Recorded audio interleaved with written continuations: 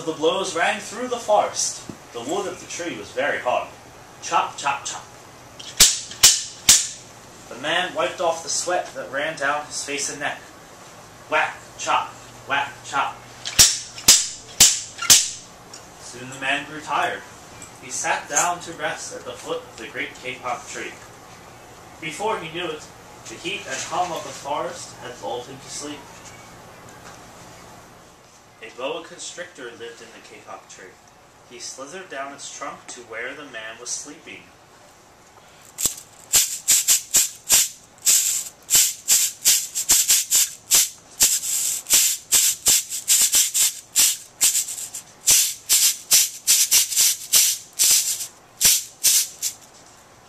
He looked at the gash the axe had made in the tree. Then the huge snake slid very close to the man and hissed in his ear. "Senor, this tree is a tree of miracles. It is my home, where generations of my ancestors have lived. Do not chop it down."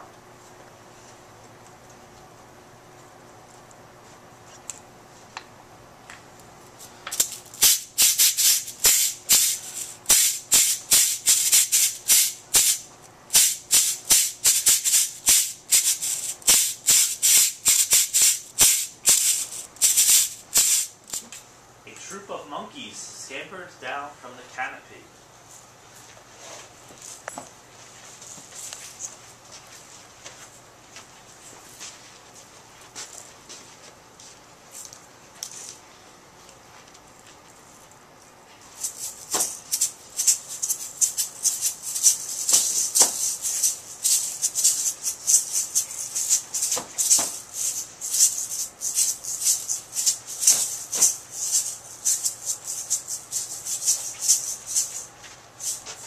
They chattered to the sleeping man. "Senor, we have seen the ways of man. You chop down one tree, then come back for another and another. When the heavy rains come, the soil will be washed away, and the forest will become a desert."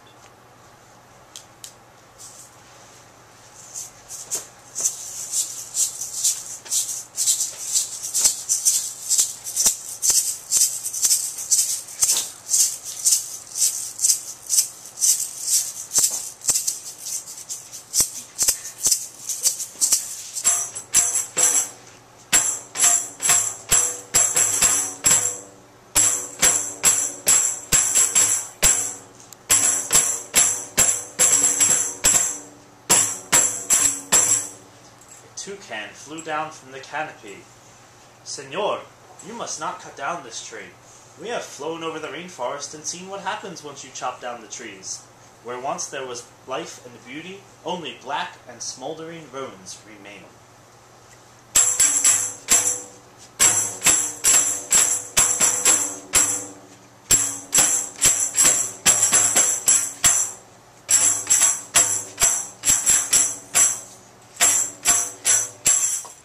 A bright and small tree frog crawled along the edge of a leaf.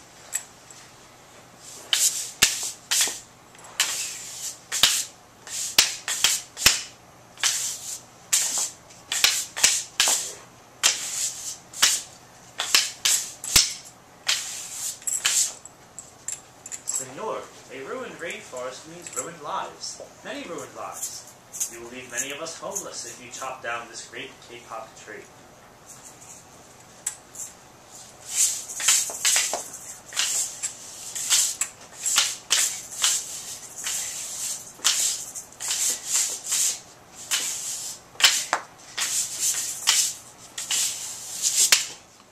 A jaguar had been sleeping along a branch in the middle of the tree. Now he leapt down and padded silently over to the sleeping man.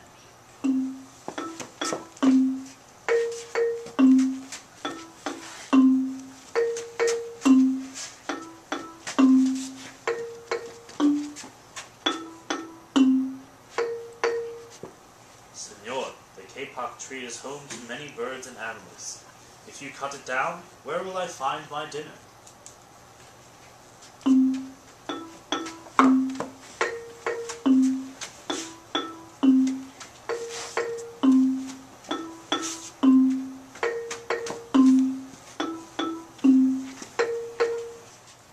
Two tree porcupine swung down from branch to branch and whispered to the man.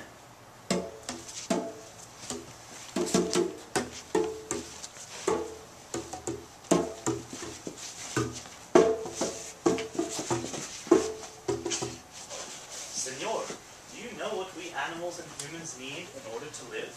Oxygen. And senor, do you know what trees produce? Oxygen. If you cut down the forests, you will destroy that which gives us life.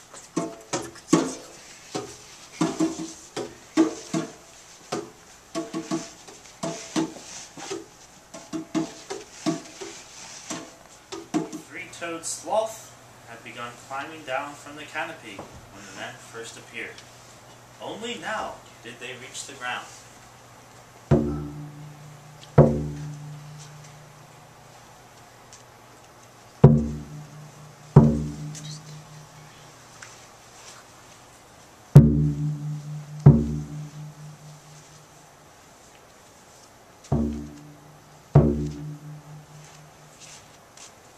Senor, how much is beauty worth? Can you live without? If you destroy the beauty of the rainforest, on what would you feast your eyes?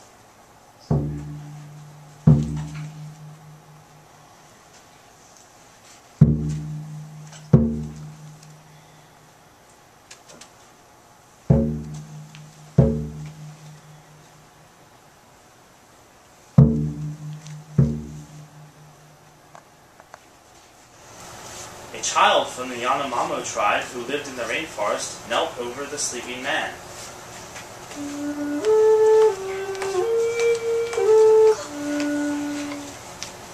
She murmured in his ear, "Senor, when you awake, please look upon us all with new eyes." The man awoke with a start.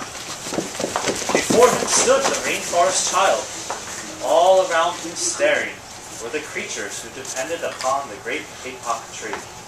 What wondrous and rare animals they were! The man looked about and saw the sun streaming through the canopy. Spots of bright light glowed like jewels amidst the dark green forest. Strange and beautiful plants dangled in the air, suspended from the Great Kapok Tree. The man smelled the fragrant perfume of their flowers. He felt the steamy mist rising from the forest floor, but he heard no sound, for the creatures were strangely silent. The man stood and picked up his axe. He swung back his arm as though to strike the tree, but suddenly he stopped. He turned and looked at the animals and the child. He hesitated. Then he dropped the axe and walked out of the rainforest.